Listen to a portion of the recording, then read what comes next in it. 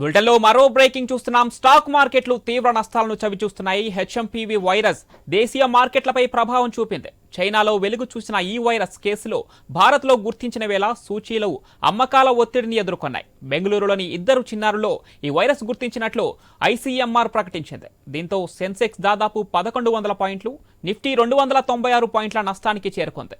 Titan, Bajaj finance, ICICI bank మినహా అన్ని షేర్లు నష్టాల్లో కొనసాగుతున్నాయి.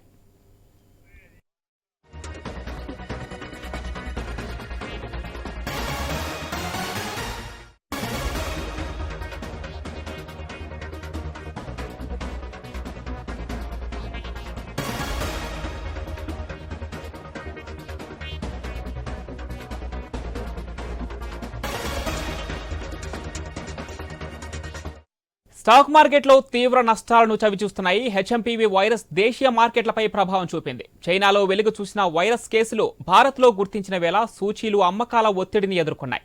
బెంగళూరులోని ఇద్దరు చిన్నారులో ఈ వైరస్ గుర్తించినట్లు ఐసీఎంఆర్ ప్రకటించింది. దీంతో సెన్సెక్స్ దాదాపుగా 1100 పాయింట్లు, నిఫ్టీ 296 పాయింట్ల నష్టానికి చేరుకుంది.